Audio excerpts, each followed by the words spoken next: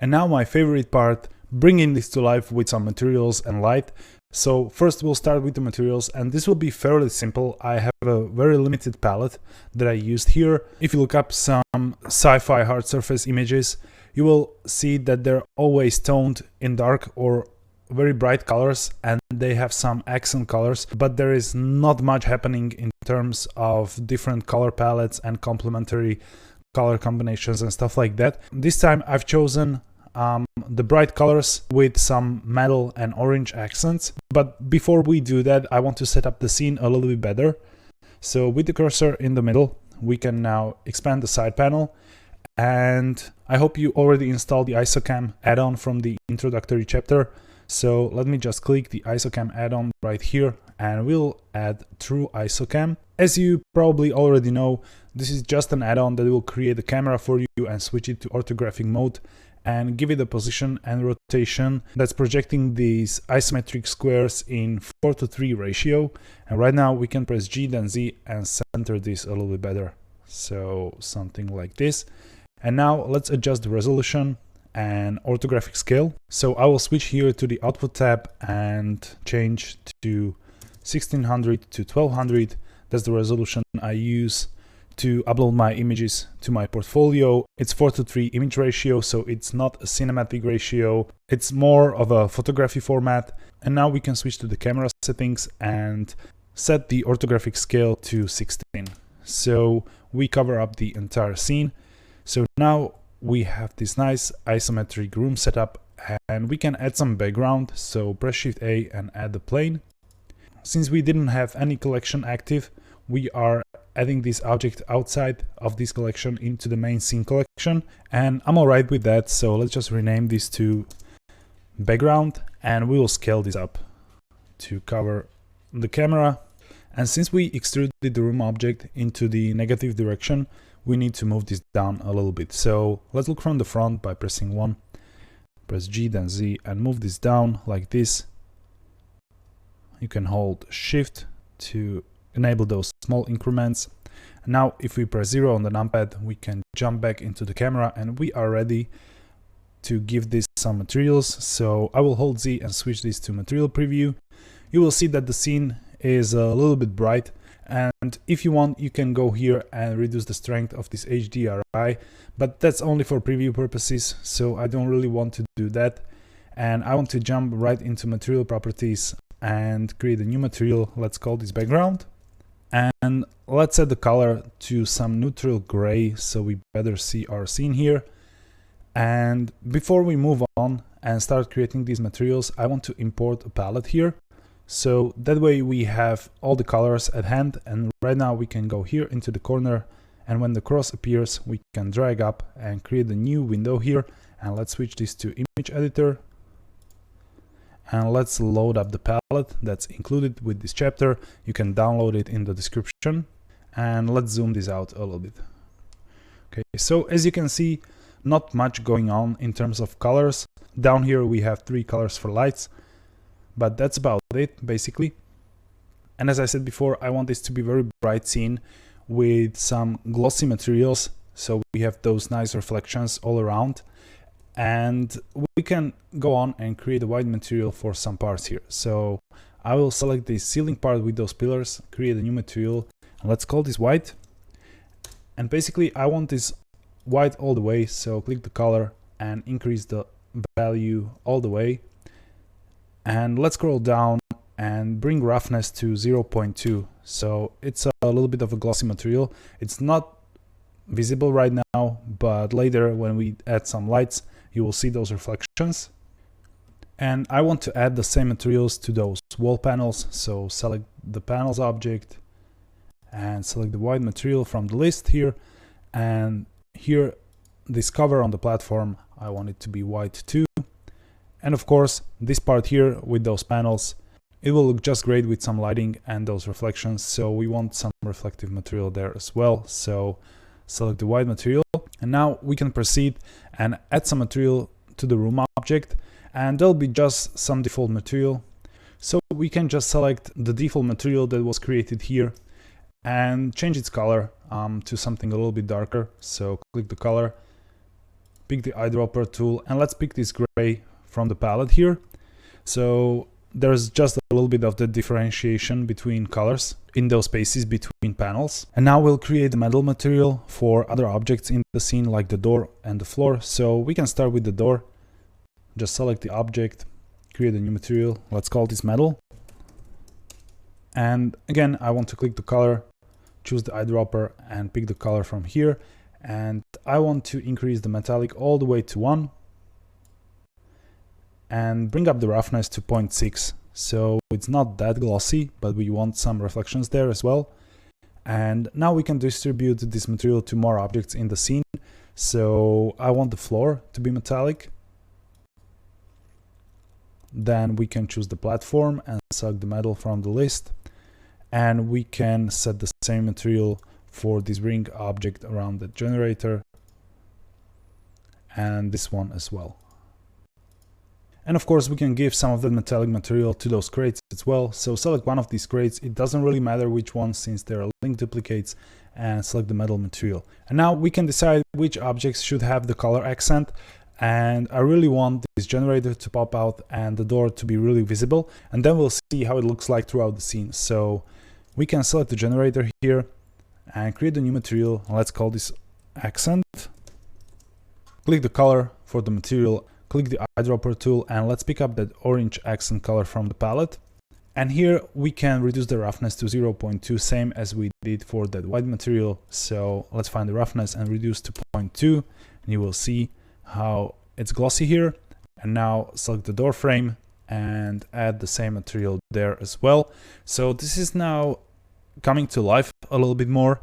And we have these two strong orange objects in these parts, but here this is too white, and I think it will help if we have some accent stripe going around the scene. So we can select the panel object, go into the edit mode, and this is still selected for me. If you don't have it selected, just hover over it and press L.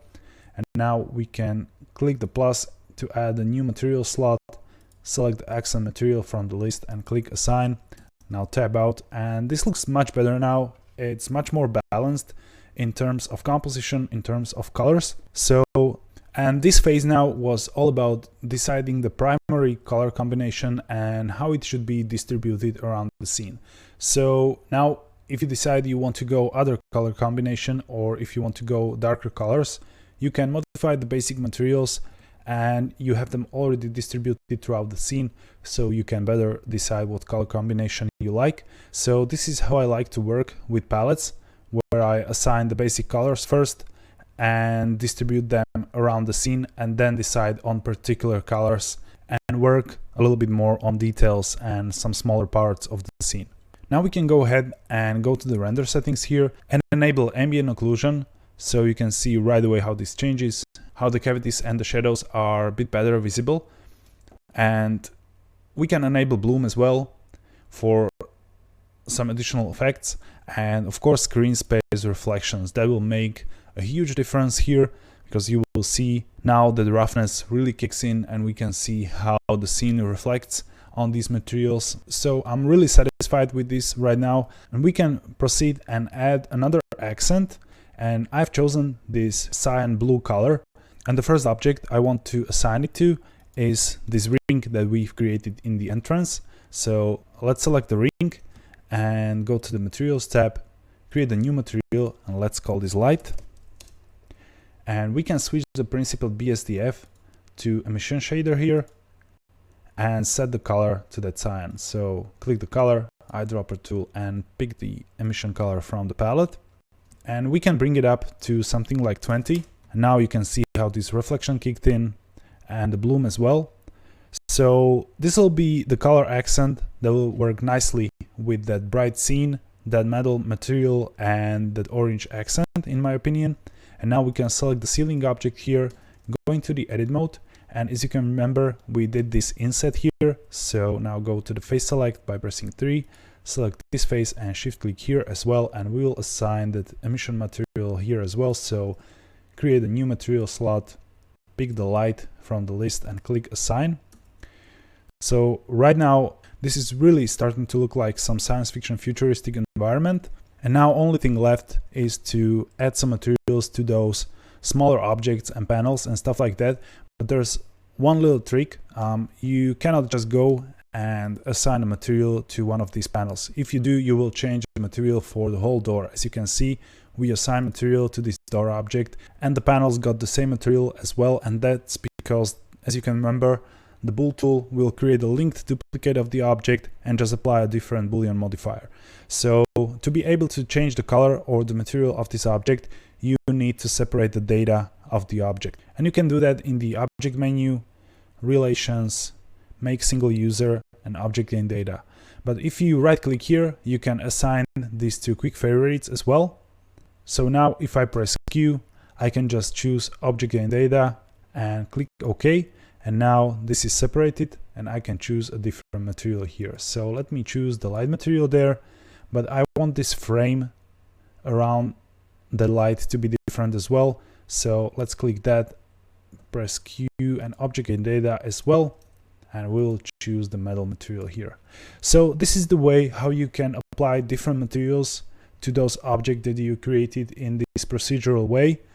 But you have to remember that once you separate this, you can no longer edit the base mesh of this object because these panels are no longer linked duplicates. But if you want to do that, you can always just relink the data again, make adjustments, and then separate and apply new materials if you wish. So if for some reason you need to change the door, you can select the panels, shift click the door object, press Ctrl L and link object data, and that will link them together once more. So that's just a side note if you need to modify the original mesh. And in this way we can continue and color some more details. And I want to color this panel differently, so let me select that. I will press Q and separate the object and data, and now switch this to accent color, and same for this panel as well. And now I forgot this pipe here, and I think it will look nice if there is an orange accent as well. So let me assign the same material there. And now for the generator, I want some color variation there as well. And here I think it will look nicely if this panel here is different color altogether. So let me press Q, separate the object and data, and pick the white color here. I think this will look very nice for this kind of object. And now I want to make this panel inside white as well. So let me separate that and assign a white material. And this panel up top, let's give it a metal material, for example, like this. And here in the back we can have metallic hallway there that will look nicely. The details will pop up a little bit more, and if we go closer, I want this to be better visible that these are panels. So let me select this part inside, press Q, separate object and data, and now I will switch this to metal. So this is really starting to come to life, and let me select one of these bolts and add metal material as well there. And now I will duplicate this and give it a little bit darker color. So let's click the color, eyedropper, and pick the darker gray color. And it may not seem like much, but it makes a little bit of a difference here on these metallic parts. And one last detail to deal with here are these crates, and there's not much to do. I just want to give this a little bit of the orange accent. So let me select one of these crates, go into the edit mode, and we'll now alt click this one loop here, press Ctrl plus, create a new material slot, and let's pick that accent color there, click assign, so we have some variation there. And I think it will look nicely if this locking mechanism will shine with that blue emission light. So let's select one of these. But remember, you will need to separate this, and if you separate just one, these other two will stay linked to the original object. So we'll need to select all of these, press Q to separate object and data, OK.